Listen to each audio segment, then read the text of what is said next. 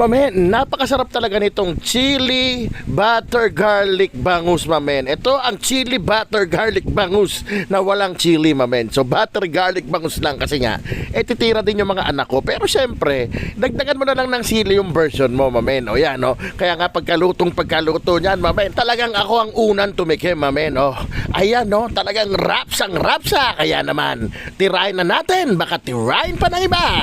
Mamen, hindi lang rapsang rapsa tong recipe na to. Hindi rin kamahalan at super dali gawin. Kaya naman isa to sa mga talagang inuulam ng pamilya ko, lalo't mabilisan. Ayan, ginawa ko dyan, mamen. Ayan, sinison ko na ng salt and pepper at nilagyan ko ng harina, which is optional. Pag ganito kasi may sarsa yung mga isda, mamen, naghaharina talaga ako para may sisip-sip ng sarsa.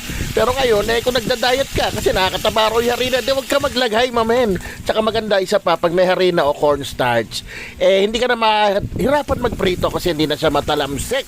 Ayan, sinortcut ko na lang pagprito, basta pag brown ninyo lang magkabilang side, siguro 3 minutes each side.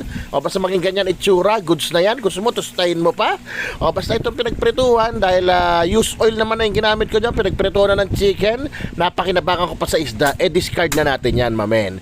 O tapos binanlawan ko na lang yung aking lutuan at dyan na tayo titira ng sarsa. Nagsimula yan sa mantika at isang buong ulo ng bawang, pwede kang magdagdag kung gusto mo. At antayin mo lang may matusta ng onti dyan. Ayan, pag may browning na, ilagay na natin yung kamatis, mamen, 2 pirasong malaki yan. Tapos talagang gisahin nyo na yung kamatis hanggang madurog na siya dyan. Ayan, gisahin nyo ng todo, mamen, talagang lalabas ang lasa niyan. At maiging katawan din yan. Nung sarsa natin, dadagdag siya doon sa mga ngata mo. At nilagyan ko naman 2 to 3 tablespoons ng oyster sauce. Tapos butter at paminta, mamen. At naglagay din ako ng liquid seasoning. Ayan, maglagay ka rin ng toyo dyan sa parting yan kasi ako nalimutan ko kaya hinabol ko na lang. Ang ginamit ko dyan, mamaya makikita nyo, dark soy sauce kasi pandagdag kulay na rin yon. At yun na rin ang onting magpapaalot sa kanya. Ayan, nagdagdag ako ng criminal water, mamen. At pinahinatay ko lang siya kumulo. Ayan, nung kumukulo na goods na yan.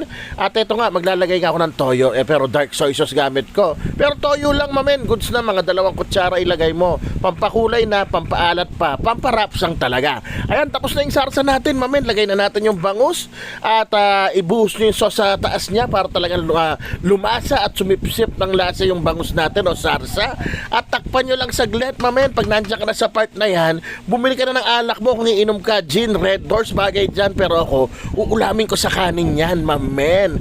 Lalo na sa bagong saeng, yung umuusok na kanin, mamen. O paano? Titirahin ko na to, baka tirahin pa ng iba. Rapsa!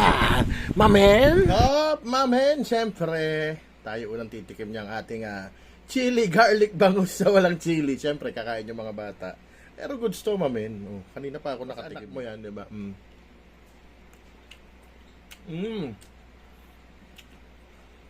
At least may iba-iba. Kasi nagawa na natin yung butter garlic, oyster sauce, butter garlic. Ngayon, dahil mura yung kamatis, lagyan natin kamatis. Para magkaroon ng parang katawan yung sarsa. Masarap, mamen. Light lang yung kanyang pagkaalat na medyo manamis-namis. At maasim-asim dahil sa kamatis, mamen. Sarap. Pwedeng-pwede kanin. Siyempre, pwedeng-pwedeng canned fruits, mamen. Save the chan later. Sarap. Dapat damihan ko yung salsa. Marami pa doon. Try nyo, mamen. Napakadali lang naman. Rapsa. Mamen.